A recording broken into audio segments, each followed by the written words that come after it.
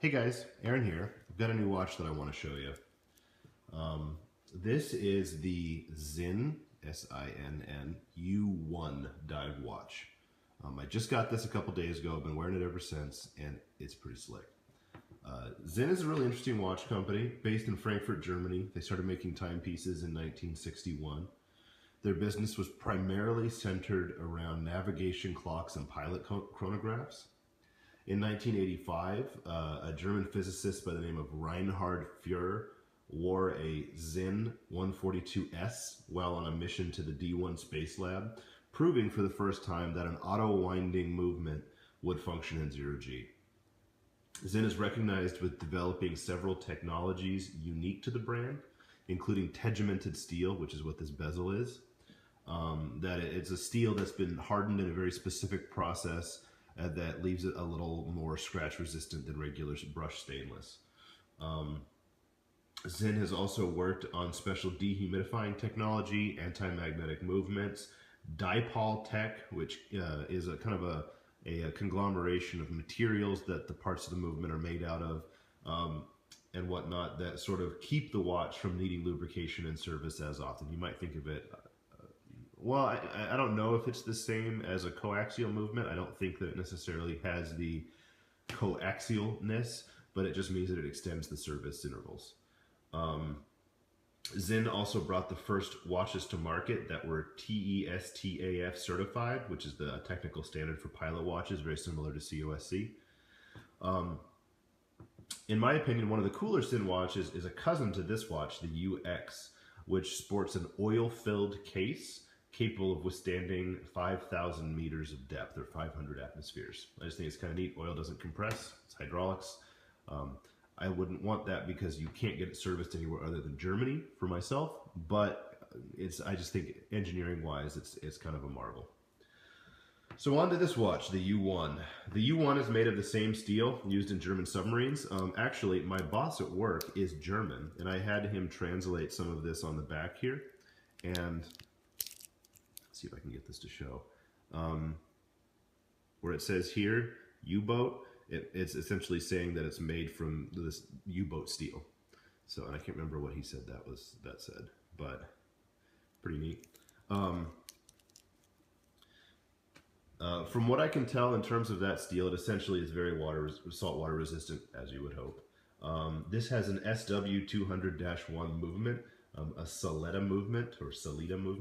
And from what I can read online, the SW-1 movement is an ETA 2824 clone. Very accurate, very reliable, easily serviced. The bezel here is a captive bezel. It's not press fit like other bezels are, or snap in like other bezels are. And essentially that means it should be stronger when it comes to bumps and knocks. The bezel is made of tegimented steel, which should be a little bit more scratch and ding resistant. You can hear it has a really interesting kind of like snappy click sound as it rotates. Centers up nice. The watch itself is 44 millimeters with a 22 millimeter bracelet lug. On the steel bracelet, the watch weighs 7.6 ounces. The bracelet is very comfortable. It doesn't pull any of my arm hair, which is ample. Sits really nice, is nice and secure. It's not choking out my wrist. I can still fit my thumb underneath it, but it doesn't really flop around. It doesn't move up and down. You kind of get it dialed into your fit. You do have, let me take this back off. You do have a micro adjustment on the clasp. You can see I've taken it all the way in, but that you would have that option. I have found the loom on the dial to be really nice. All of the hour markers are loomed, including the minute hand and hour hand, and then those two white pips on the second hand are loomed. I have found it to be really nice in a movie theater or a dark room when you walk in from being outside. It keeps a visible charge for a long time. And then it's also really impressive to show your friends when you charge it up with a flashlight, like I do quite often. Really quick, to go back to bracelets before I move on too quickly. This watch also came with 2 rubber bracelets, and you can see that you've got a couple of different options of clasps here. So this has sort of the 2 full clasp, and then this one has the same clasp as the steel bracelet. This one also comes with a diver's extension on it. I actually don't know if these are going to fit my wrist. I haven't tried them, but I'm a steel bracelet guy. I just wanted to show that you do have these options to wear on your Sinn if you wanted to. They're nice. I'll probably get an ISO frame if I decide to go the rubber strap route. So, let's see, where was I? Oh yeah, another big thing that I like about this watch is the crown is at 4 o'clock. I love this feature because when you're wearing your watch and you rest your hand on a table or anything like that, as your hand bends back, it's not digging the crown, for me, into my arm, or if you were right-handed, it would dig the crown into the back of your hand. It doesn't do that, which is great. Seiko does that on a couple of their watches. I had a Seiko Sumo that had a crown kind of canted like that. I love it. Also, it's worth noting the crown is a screw down, really nice solid feel, as you would expect from a diver with a 1,000-meter depth rating. Let's see. So far, this watch has been incredibly accurate. It's 9:34 and 40 seconds here, and you can see it's running a few seconds fast, but that's probably just from how I set it.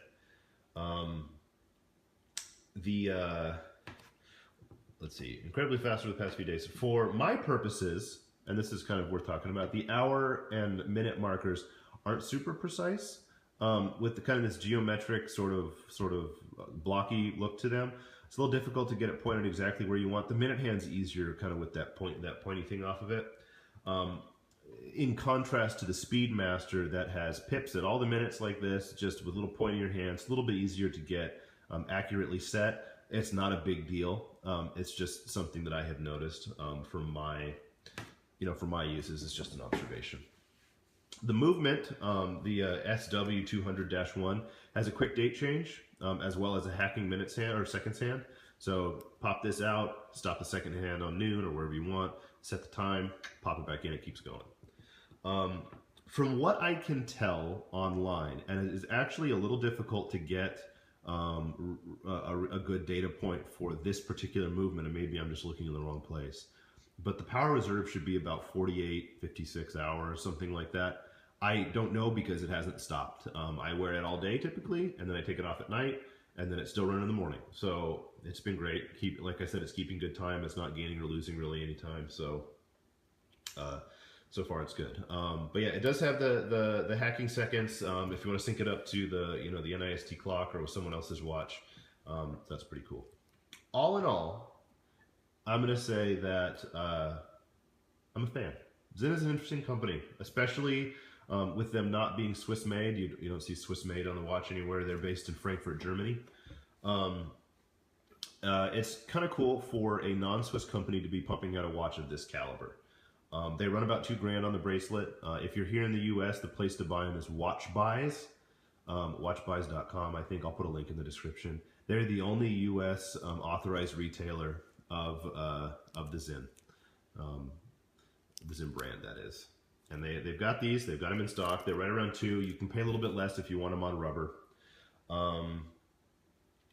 For my purposes, I loved kind of this geometric styled face, a little bit different, sticks out. It's a watch guy's watch, so you know that if somebody comments on it, they're not going to be commenting on the fact that you have an Omega or a Rolex on your wrist. They're going to be commenting that you have a Sinn, and that will mean that they are also watch guys. The size is perfect for me to daily wear. It's slightly bigger than my Speedmaster. What I was looking for with watch number 2 was something a little more robust, more of a, air quotes, tool watch. And tegimented bezel, 1,000-meter depth rating, nice steel, heavy construction. It's exactly what I was looking for. As always, I suggest with watches like this, shop the used market. You're going to save 10, 20 to 40% on the used market. I got a very good deal from a friend of mine, especially with all the accessories that it came with, including the steel bracelet with extra lugs and everything. But the used market is the way to go with stuff like this.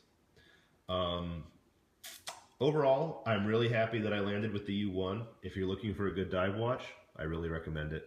I'm still wearing it every day. It's still pretty new to me, but I don't see anything that is going to cause me to want to move away from this.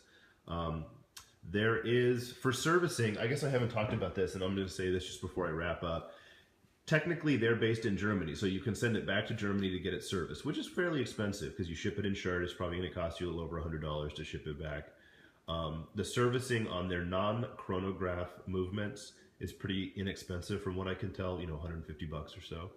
But Watch Buys recommends a domestic service center, RGB or RGH. It's on their website. You can see it when you go on there. And that would probably be an easier way to get your watch service stateside. So yeah, but I think I went over everything. I don't know if I said or not, but it does have a sapphire crystal, AR coated, which is nice for a tool watch. That's what you want. So anyway, before I ramble on too much further, I'm going to wrap this up. The Sinn U1, if you're looking for a good tool dive watch, I highly recommend it. I couldn't be happier. So thanks, guys. I hope you're enjoying these watch reviews. Leave some comments down below. There's going to be a link down there to Blade HQ, which is my knife dealer of choice. They have some watches and some other gear as well. If you're looking for something cool, some sort of man toy, just jump on there and pick something up. If you use my link, you help support the channel, which brings you more vids more often. So thanks, guys. Aaron out of here.